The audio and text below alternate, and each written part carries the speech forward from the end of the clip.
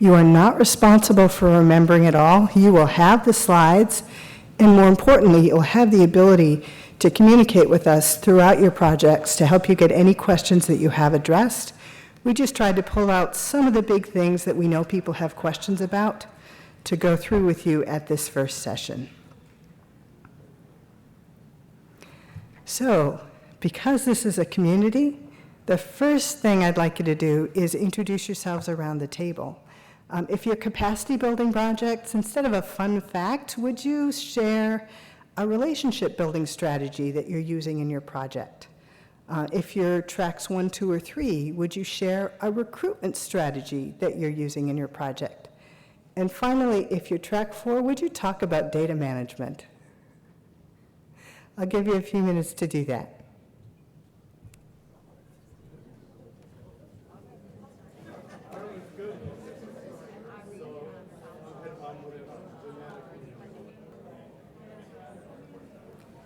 Thank you, everyone. I think that most teams are almost all the way around the table.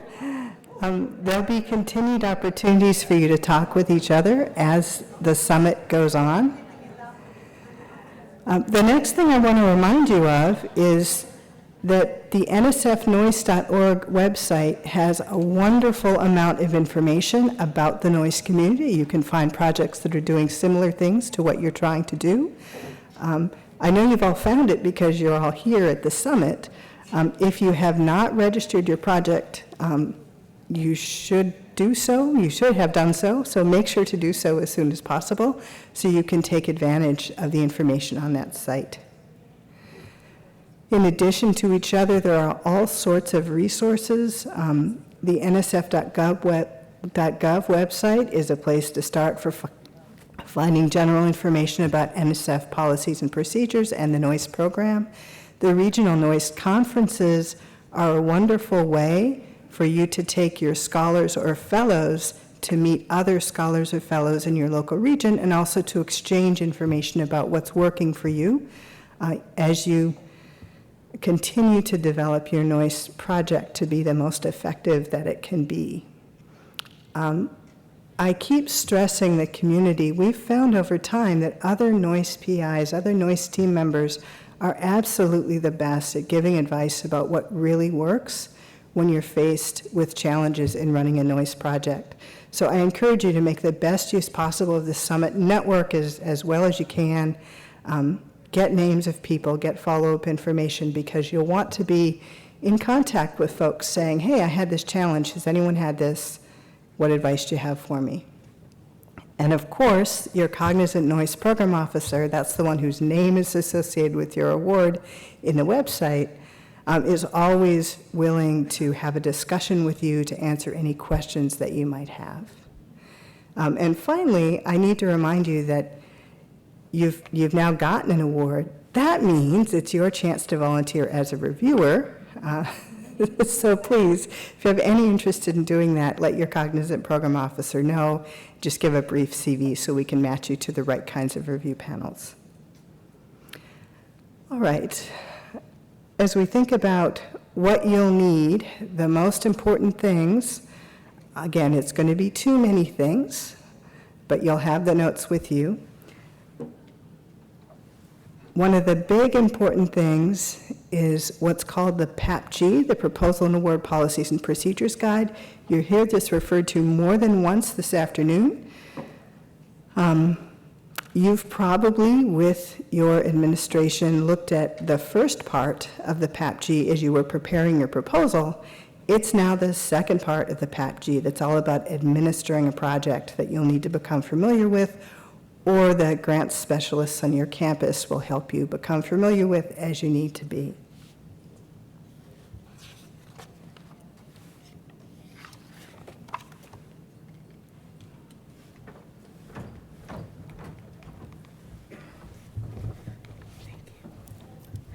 Good afternoon, everyone. Hi. I think that we need to go back a little bit and first give you a round of applause on your new Noyce Award. Congratulations. I'm so glad to be here with you. I'm Patrice Waller. As Jennifer said, I'm a rotating program officer from California State University, Fullerton, and I am going to give you some information about reporting. I want to reiterate to you that we are here to support you, so feel under no pressure to remember everything that I'm going to say. So many of you are very familiar with research.gov already. We want to encourage you we want to let you know that everything will be submitted through research.gov. So if you want to make any changes to PIs or add anybody to your grants, if you want to make any changes to participant support, keeping in mind that it still must maintain 60% of your total budget, if you want to submit a no-cost extension, everything goes through research.gov. So, and if you reach out to us, typically we'll ask you to, if you're making a change, to reach out to your cognizant program officer. But we will tell you once we've had some conversation to go to research.gov and make that request. There also is a reporting requirement, as all of you are aware. You have your annual reports, your final reports, and you'll also submit project outcome reports. So I'm going to talk a little bit about reporting, but again, we can go over this as you meet with us individually, and a lot of this is also available through your online.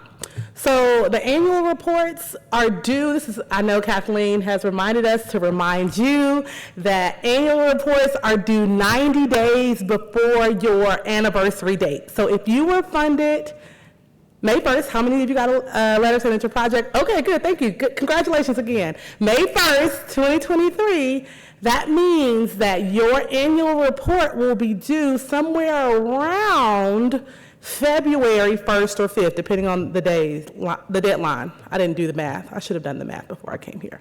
So 90 days prior to your anniversary date. Now, your report becomes overdue on May 1st, 2024. We don't want any overdue reports. We encourage you to get that report to us as soon as possible, as close as to the beginning of that 90-day period as you can, so that gives us time to review it. If we need to send it back to you so that you can make any changes, that gives you time to make the changes, send it back to us, we can review it, and then we can approve it prior to it becoming overdue. Okay, so be sure that you submit that. Keep in mind that only the co-PIs and the PIs can edit and submit the report. If you have anybody from your grants and Office of Grants and Contracts, they can look and read, but only PIs and co-PIs can submit those reports. And of course, this information is available on our frequently asked questions document. So activities, what should you be reporting on? Here's where it gets a little bit overwhelming, so I won't go, for the sake of time, into detail, but you can see the categories here that you're going to be responsible for reporting on, and you want to make sure that you make those reports as robust as possible. Many of you know we do rotate in and out as program officers, and we want to make sure that from year to year, the work that you have done is well documented. And so make sure you're talking about your activities and your findings, really highlighting those goals, things that you're learning.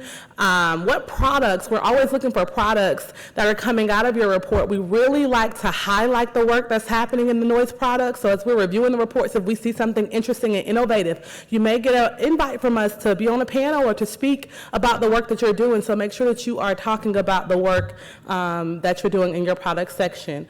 Who are you collaborating with? What are they meeting the goals and benchmarks that they have? Nonprofits, the school districts that you're working with, we want to know all about. What's the impact? How is your project impacting your local area, your region? How is it impacting us nationally?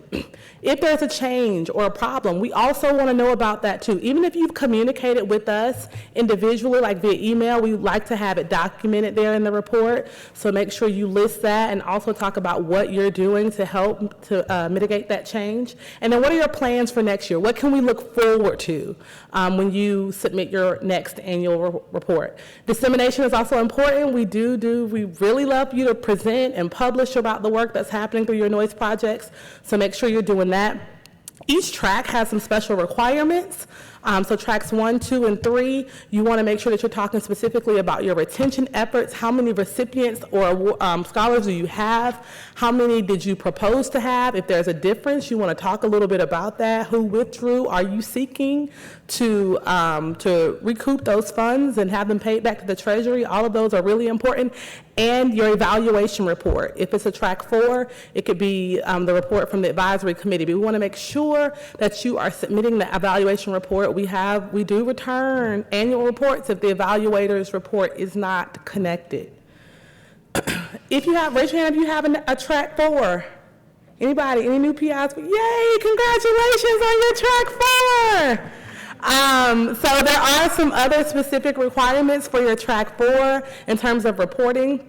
We really want to know, what are we learning? What can the community, what can the field learn from your project? So make sure that you're including that and being explicit about that in your report. And then, of course, there's an expectation for publication with the track 4. So tracks 1 through 3, the annual data collection portion, that's kind of been suspended a little bit. I think Jennifer and Kathleen are going to talk more about that in our next session with the entire Noyce community. Am I right? Yes? Give me. Oh, and you'll hear some of it here as well. So that's exciting. We're all, including me, sitting on our hands to wait and see what's going to happen with the annual data collection and monitoring portion of the report. And then, of course, the teaching fellows and the master teaching fellows. So if you have a track 2 or a track 3, you definitely have to submit that annual track cost sharing report, as well as at the end of your report, your award, you have 90 days after the conclusion of your project to make sure you submit the final report as well as the project outcomes report. So 2 different reports you have to submit at the end. That was a lot, no worries. It's time for the quiz.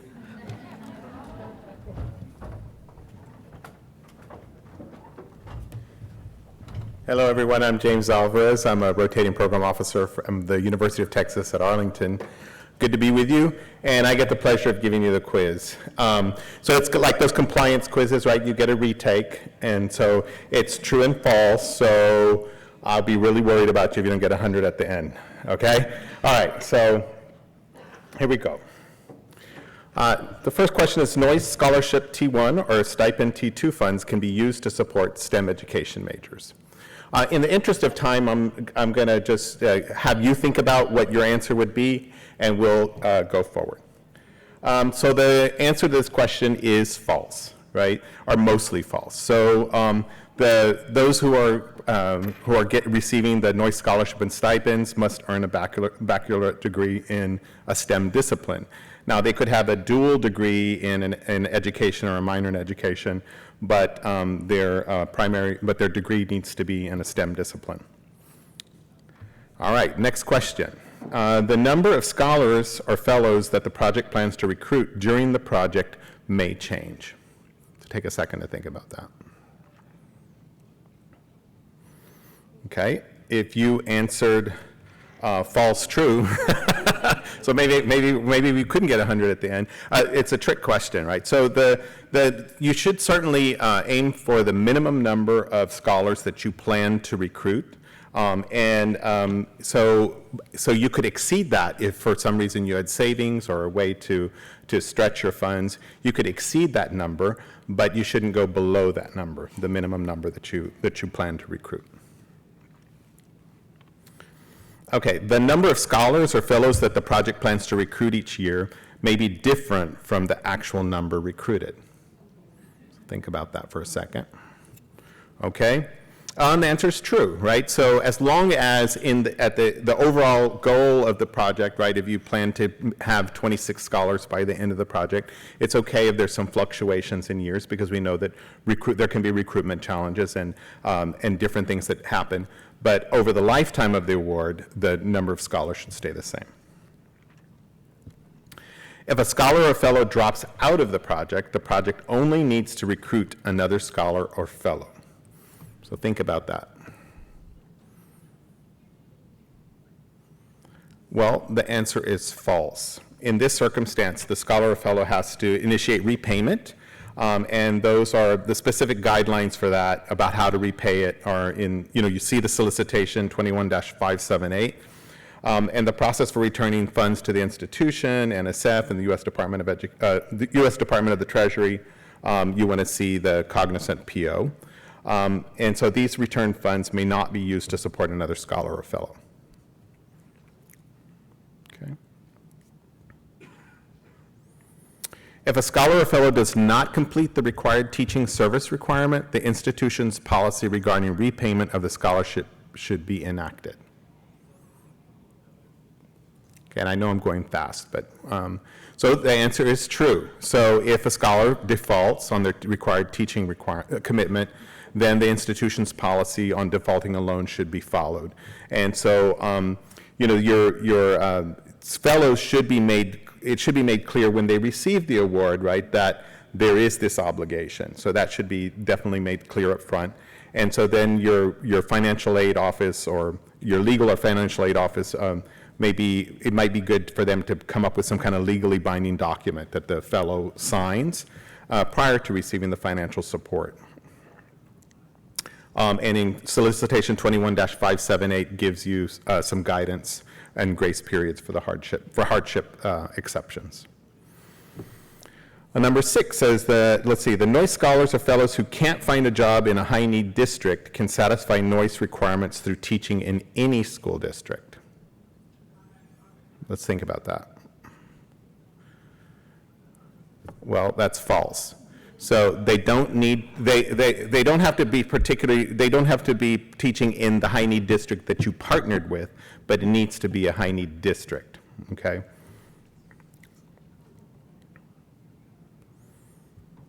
Remaining funds in a project's annual budget will carry over to the next budget year. We would be really worried if that were not true, right? So that's true. Grantees may allocate funds, i.e. move money, in the budget into different categories. Think about that. That's true with a few exceptions. Now, remember, because we have that 60% rule, you know, where 60% of the funds need to be going to T1, to the scholarships and stipends and to the participants, then if you're going to move any money out of participants, you can't, it's really a no-no, right? But you would need to talk to your cognizant PO and make sure that you're staying within those bounds. But in general, the movement of funds in the other categories is fine, but the out of participant support is a no-go.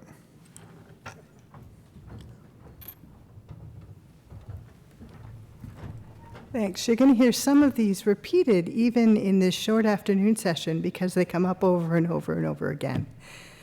So how about this one? If tuition increases after the project begins, which happens, then the project's scholarship amount can be increased. Okay, that's actually true, but remember that you proposed a certain number of scholars. You still need to be able to support that number of scholars. So keep that in mind. There is a balance there. There's no additional money that will come just because tuition increased. And finally, all Noyce scholars can receive scholarship support for a maximum of 3 years. Okay, it's another one of those trick questions.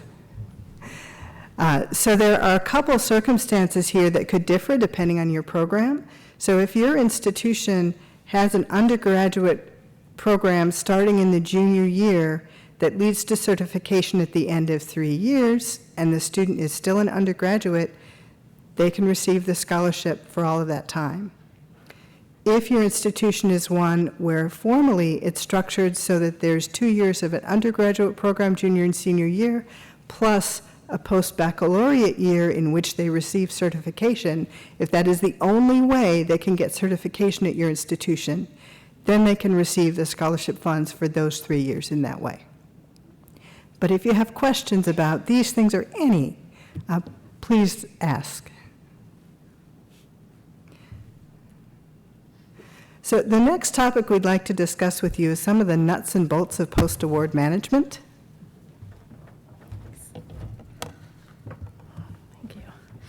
Good afternoon. On behalf of the Divisions of Grants and Agreements at the National Science Foundation, I'd like to thank you all for having us here today, and a big congratulations on receiving your award. My name is Lynda Kummelt, and I'm a Grants Management Specialist at NSF. Here with me today is my branch chief from the EDU MPS teams, Denise Martin. A lot of the information I was going to share was covered by my wonderful colleagues at NSF, so I'll get through these pretty quickly. DGA, as you can see, oops, okay, our mission statement is up here on the slide. Basically what it is we are a customer service division, and we work to provide excellent customer service to the grants community by answering a wide variety of questions from sponsored research offices, program officers, and PIs. Here's a quick overview of the working relationships between the PIs, program officers, sponsored research officers, and NSF grant managers. Generally, the PIs will be in direct contact with the program officers at NSF and their sponsored research officers. Technical or scientific questions should go to your program officer, and administrative questions can be answered by your sponsored research officer. Grants managers do not know the technical side of research being done. We also do not know the policies and procedures of the institution. If I would receive a question from a PI, I would typically redirect them to their NSF program officer for programmatic questions or their sponsored research officers for administration and institutional policy questions. We already heard about research.gov. We work a lot on oh, sorry, I didn't realize that moved. We work a lot on the post-award side of it, so if you have anything that you need to submit, we would direct you to research.gov. If you do run into any questions while using the site, please contact their help desk. The NSF grants officers and the program officers don't have the same access to research.gov that the PIs and the sponsored research officers have. The no-cost extensions were covered a little bit. I just wanted to add on to that there must be funds remaining on the award in order to put the no-cost extension in. We run into that question quite a bit. So make sure you work with your sponsored research office to ensure there are still funds left. And then you see the first, second, and 3 or more no-cost extensions. More information can be found in the PAP-G, so if you go to the no-cost extension section, it'll lay everything out for you. The top 3 reasons the grant specialists see delays when processing are from overdue project reports, which you heard about, not following the solicitation requirements, and unallowable or unjustified budget items. For that third one, that means when we check the budget and the budget justification, sometimes there will be things missing or things on there that are not allowable, so we have to reach out and have sometimes a revised budget or some clarification, so that delays the processing a bit. You heard about the reporting requirements. I just wanted to add on to that about the FAPIS reporting system. It's called the Federal Awardee Performance Integrity Information System. And so if you have a severely overdue report about a year overdue, then you run the risk of being listed on the FAPIS site, and that means that you're not able to receive an award for 5 years.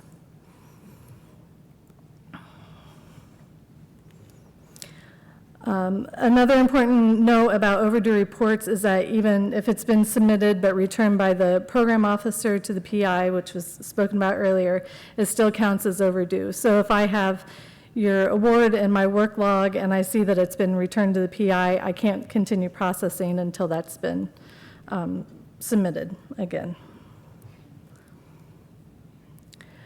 So it's important to familiarize yourself with the cost principles in 2 CFR 200. This site is used by DGA to make sure the costs in the budget are allowable, reasonable, allocable, and necessary. So there's all the definitions are in there if you have any questions about what may be allowed in a grant. These are some of the costs that are always unallowable no matter the circumstances. Alcoholic beverages should not be included in the budget. It's important to note that if those charges are made and found later during a site visit or audit, they will not be allowed. The cost of entertainment are also not allowable. This means things such as tickets to events or costs associated with that are not allowed. So for example, if you have a speaker coming into town, they cannot receive extra perks such as tickets to a concert or a night on the town. Meal and coffee breaks are not allowed for intramural meetings of an organization. So this includes laboratories, departments, or centers, just to name a few. So the key takeaways from this are to know your award letter, your terms and conditions on the award letter, and the uniform guidance requirements for the grant.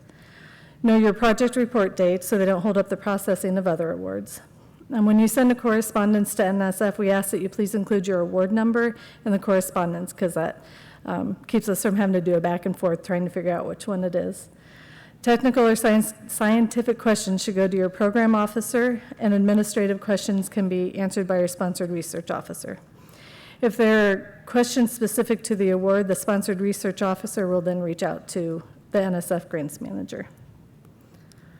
If you're interested in having the NSF proposal and award policies and procedures guide, or the PAPG, at your fingertips, please scan the code to download it. The guide covers the information I've presented today, plus pre-award and other post-award information I didn't cover. So if anyone wants to get a picture real quick, I'll leave that up there for a second. And it's also on the nsf.gov website if you just type in PAPG. Yes, the slides will be sent. Yes. Yep.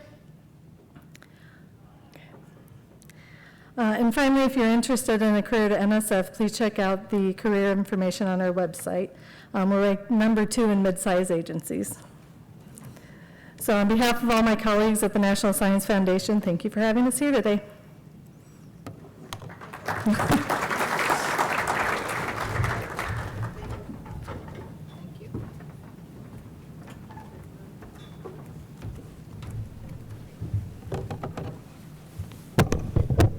I don't do podiums.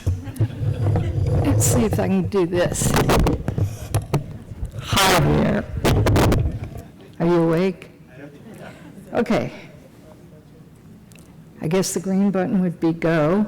Oh, good. Yeah, we have rotators, and some of them you've met. A rotator is someone that comes and works with us for a little while, so that could be you. But not yet, because you've got a lot of work to do for the next 5 years. You'll be busy. I also want to say that when Jennifer was introducing us, she introduced me to also meet with you. Kimberly Tanner negotiated your award. Kimberly will be here later today, but she just won't be here right now, so I will take her group. And I'm also Tom Kim. I'm very versatile.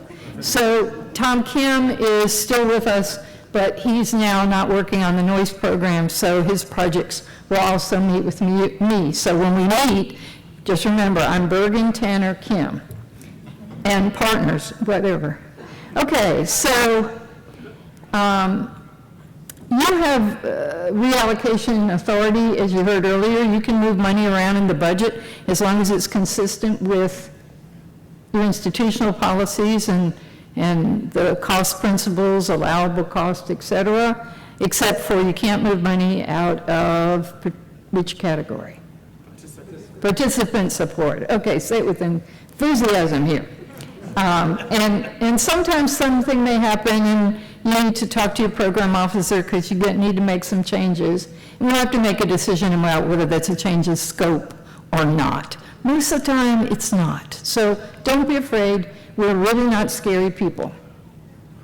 I already said you got to follow your institutional policies, and we don't regulate those. We heard about overdue reports. Spend, spend, spend.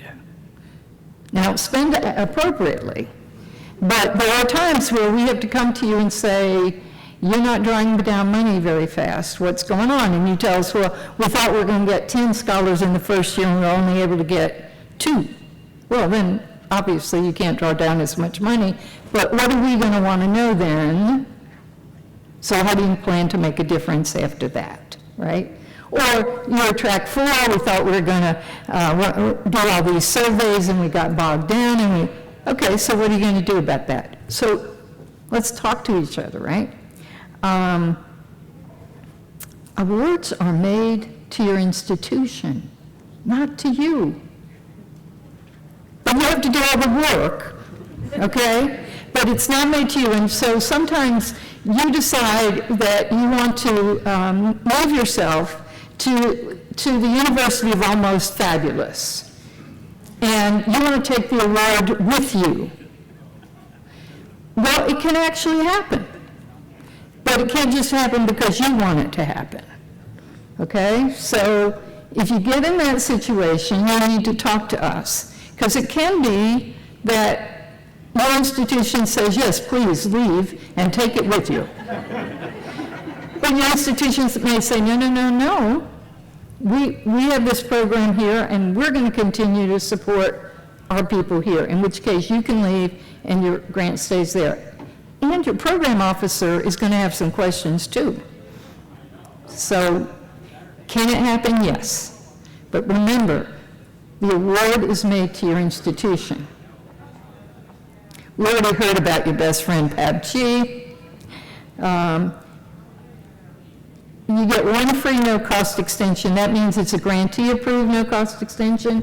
It just goes in through research.gov, and voila, you have another year to work on your work.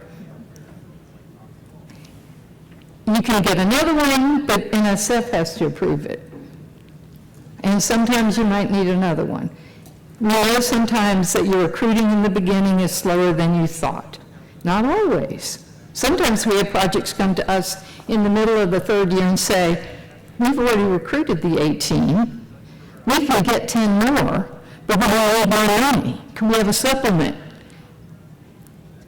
Well, yes, I want you to have more. So yes, we can work on doing that.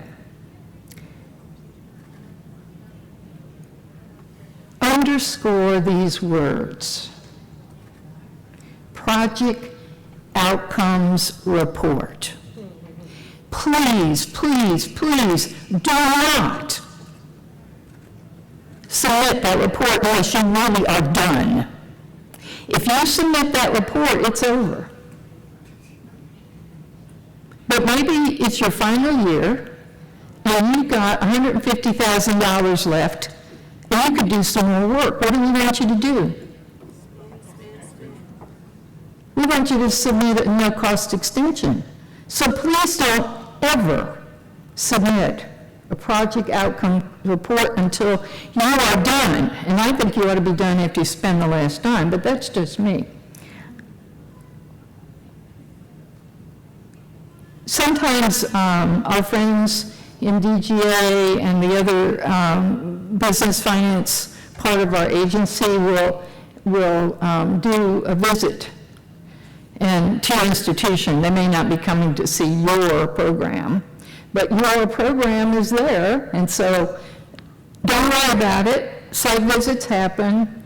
If I'm in your neighborhood because I'm going to a conference in your city, and we get an award there, I may contact you ahead of time and say, I'd like to come do a site visit and meet your scholars. That's all a good thing. We're working together. We don't monitor or track how often you contact us. You should contact us every time you need to. Now, my colleagues are really good about answering their emails. I'm not. So if you send me an email and I don't respond within 2 business days and you don't get an out-of-office message, and if you send one right now, you'll get an out-of-office message. But if you don't get an out-of-office message, send it again and then send it again until I respond.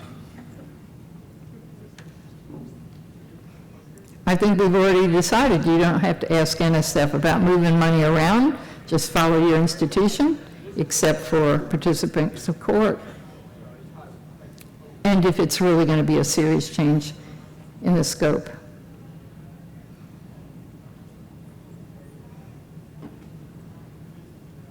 I think you already know the answer to this.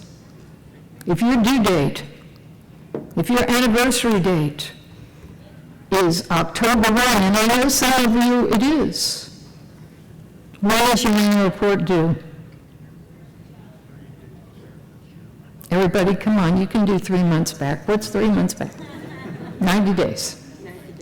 It's due July 1st. It's not due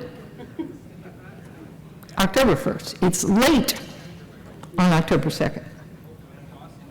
If there's a change in a PI or co-PI, you have to submit that through research.gov.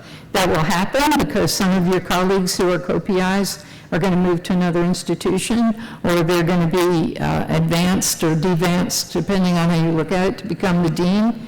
And, you know, ask early, ask often. You met. They didn't get to meet Denise. Stand up, Denise.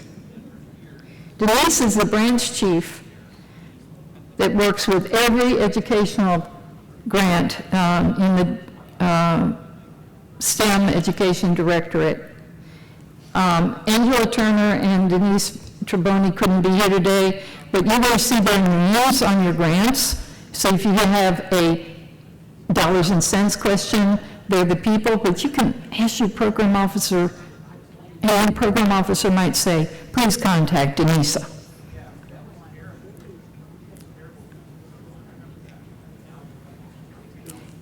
And now it's somebody else's turn.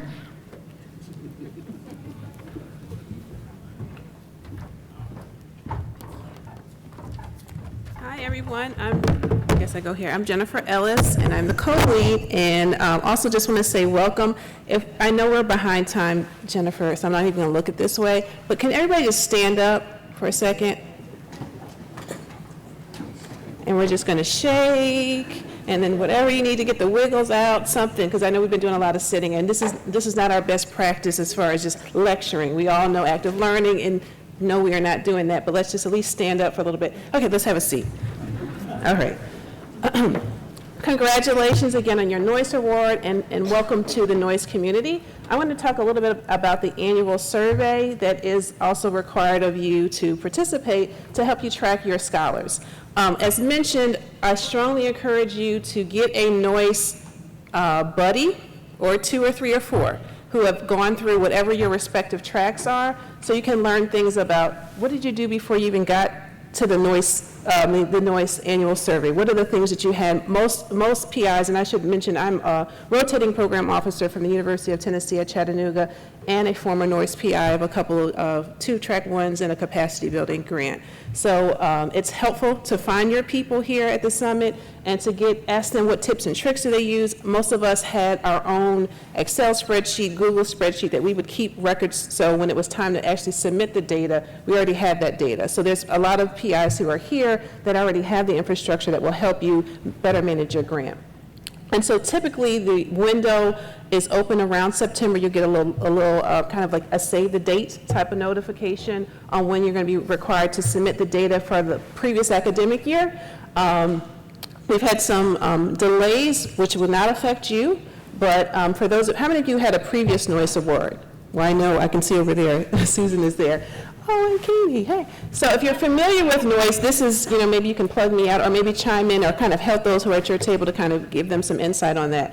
We've had a delay in the collection of the data, but that does not impact you. So your first year, you're basically going to put some baseline data that you don't necessarily have to worry about, but it's helpful now to get the infrastructure so you can start tracking your scholars. And keep in your mind, you're tracking them not just for 1 year, 2 years, 3 years, some years, right? So Noyce is a working grant, and you will see how much work it takes, but it's very rewarding at the same time. So typically this is our cycle.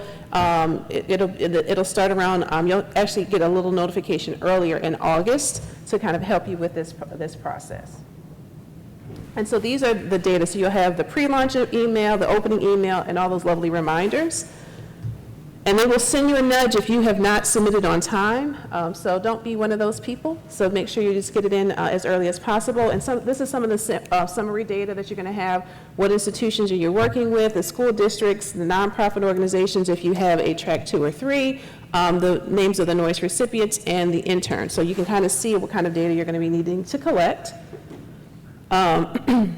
we're making some changes, so for those of you who have tracked data in the past, you'll notice there's some information that used to be on this slide that's not here. So I'm making sure you kind of, and it may be helpful for those of you who, if you've inherited an old slide, like they're not asking for that data, it may be helpful for your project to know more demographic information about your scholars to help you tell a different story about Noyce than what we're focusing on.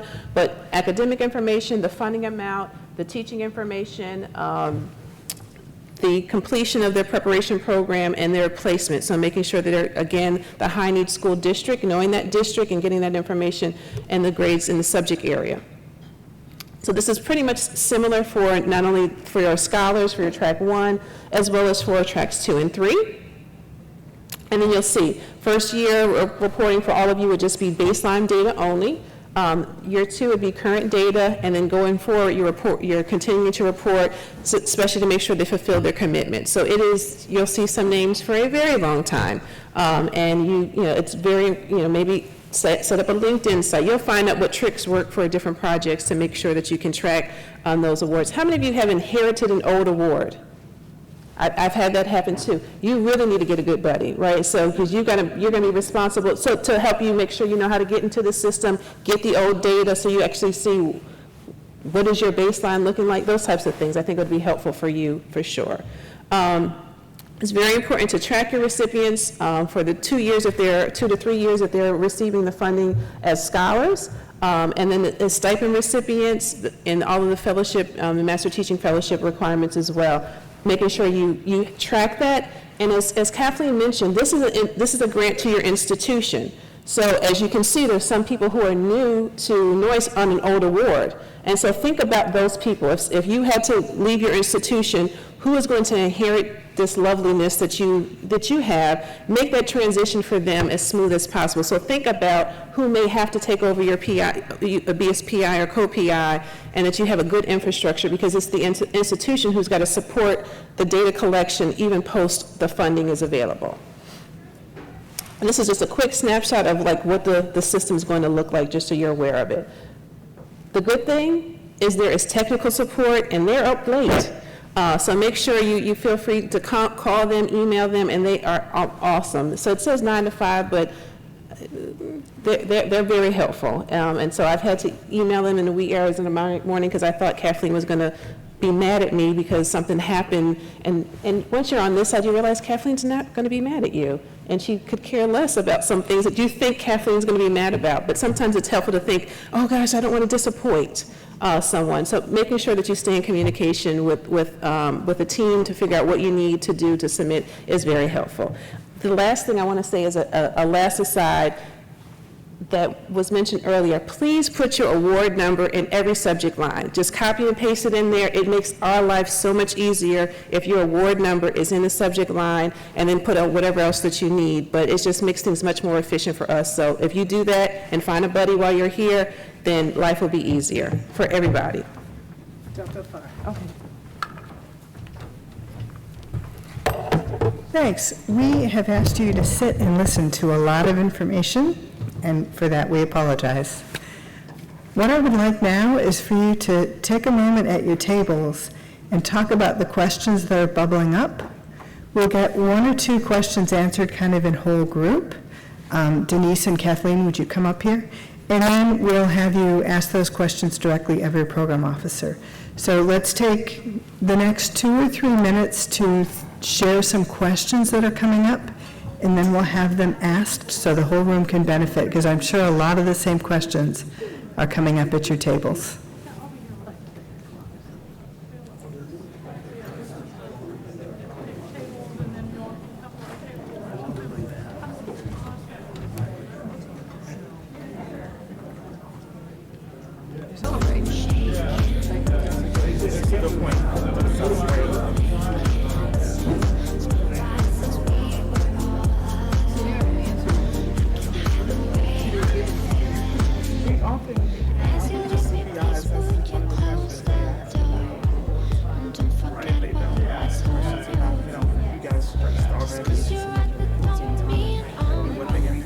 If I can have my attention, I think I'm hearing some conversation, which is great.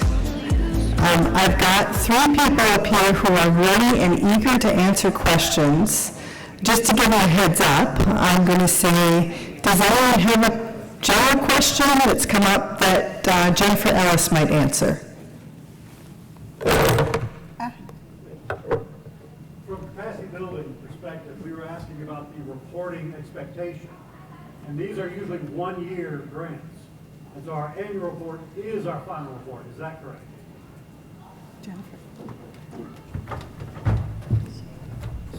Yes, with an asterisk.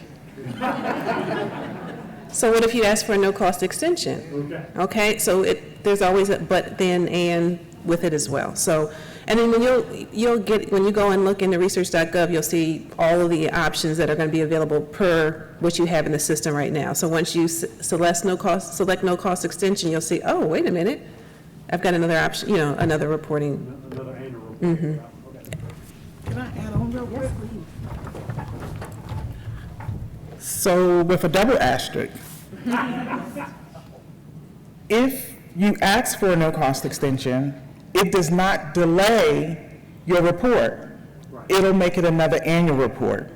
But So I it's, that first annual report due.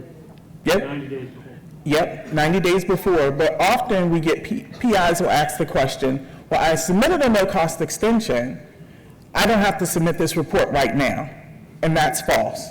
You're now going to be required to submit at least 2 reports, your annual report and your final report. How about a question for Denise? That was a great question, by the way. Go ahead. My question concerns quiz question number 1. Quiz question number 1 said it was that the stipend had to go to STEM majors and not STEM education. In our university, our sciences receive a bachelor's in their science field and then an education add-on, but our math majors just receive a math education degree. Are they not eligible?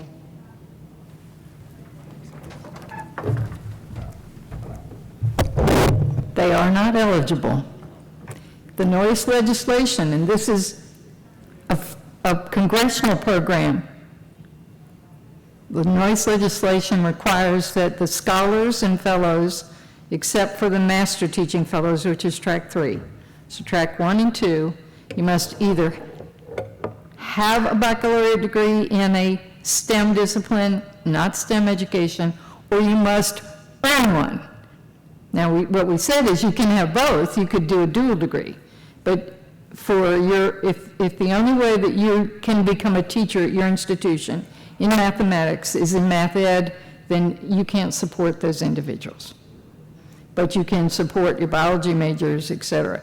And if you need to talk to your program officer more about that, we will do that. But it's really important that you realize teacher education degrees, unless there is a STEM degree earned or possessed, you can't support those individuals except for track 3. And track 3 supports exemplary, experienced, notice those 2 words, exemplary, experienced teachers of math and science that are certified to teach in their field. They don't have to have the STEM degree.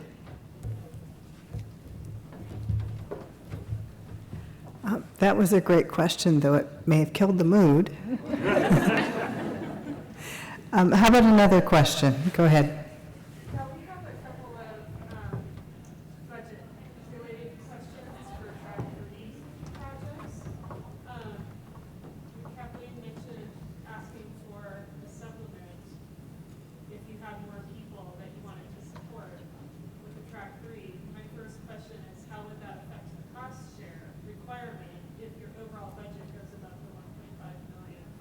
My second question is, if you were not able to meet your recruiting goal, and your expenditures fell below the 60% rule, so you didn't spend 60% of your budget on the master teacher fellowships, what happens? I'm going to take the second question first. Kathleen, could you repeat the question, because we couldn't hear it back here? So I'm going to repeat the second question first. And that is, so if you're not able to recruit and the number of scholars or fellows that you intended, and so what does that mean for your 60%? And this is a really, really important question. You need to maintain that 60% of the total direct costs that are expended is for the money that goes for the scholars and the fellows. So, if you thought you were going to get 15 and you only get 10, then you can't spend all the money that you might have had, because at the end of the project, 60% of the funds need to have gone for the scholarship or fellowship support. And that's 60% of the total direct. And the total direct is the amount minus the indirect. There's an indirect cost there. Now, that also becomes important when you're doing no-cost extensions. Because if in the no-cost extension, you're still supporting the salary of the faculty, and you're still paying for the evaluation, and you're still paying for your communications center to do recruitment, you're spending all that money, but that money is part of the what? The 40%. Now you can get into your 5th year and you don't have any money to support salaries, because the only money left is in participant support. So you really need to watch it. It's not on an annual basis. Not every year do you have to spend 60% on scholarships. But by the end of the project, of the expended money, so if you got 1.5 million and you only can support 10 scholars and you thought you were going to support 15, then you're not going to expend all 1.5 million, are you? Now, these are good things to think about now, but not get bogged down in. Now, the other question had to do with the fact that I said, you know, if you had a great recruitment and you needed more money and you wanted to do more scholars, right? Mostly we do those in track 1 and 2, because with the MTFs, that's a partnership where you identify and are doing cohorts up front. I'm not saying you can't, but we would have to look at that. Does the 60% apply? Does the salary, the 1.5 million, hold you back? No, neither of those. Okay?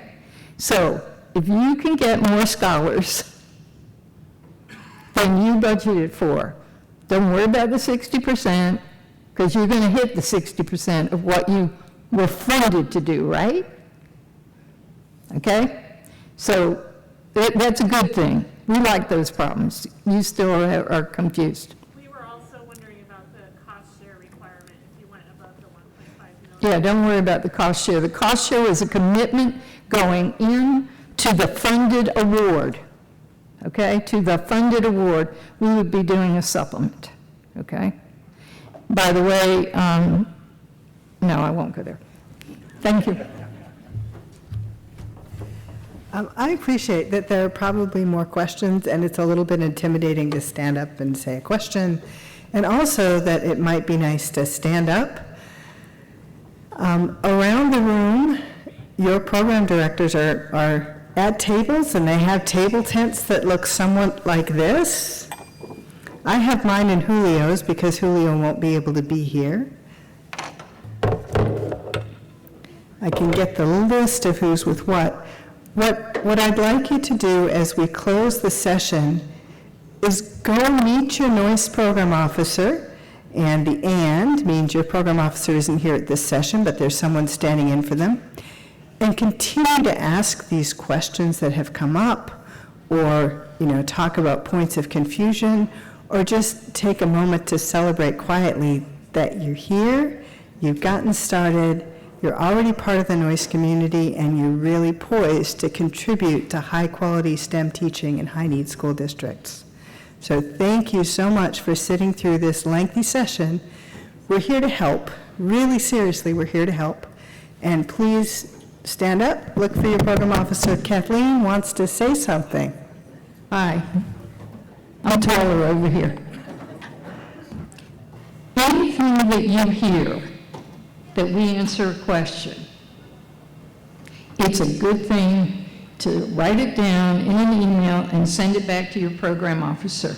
I believe you said that it's okay if we do this, because then we will have to respond and say, yes, that's what Kathleen said, or yes, that's what I said, or I think I misspoke, or I think you misunderstood, okay? So that's just a good policy. Thank you. Thanks for that, Kathleen. Please feel free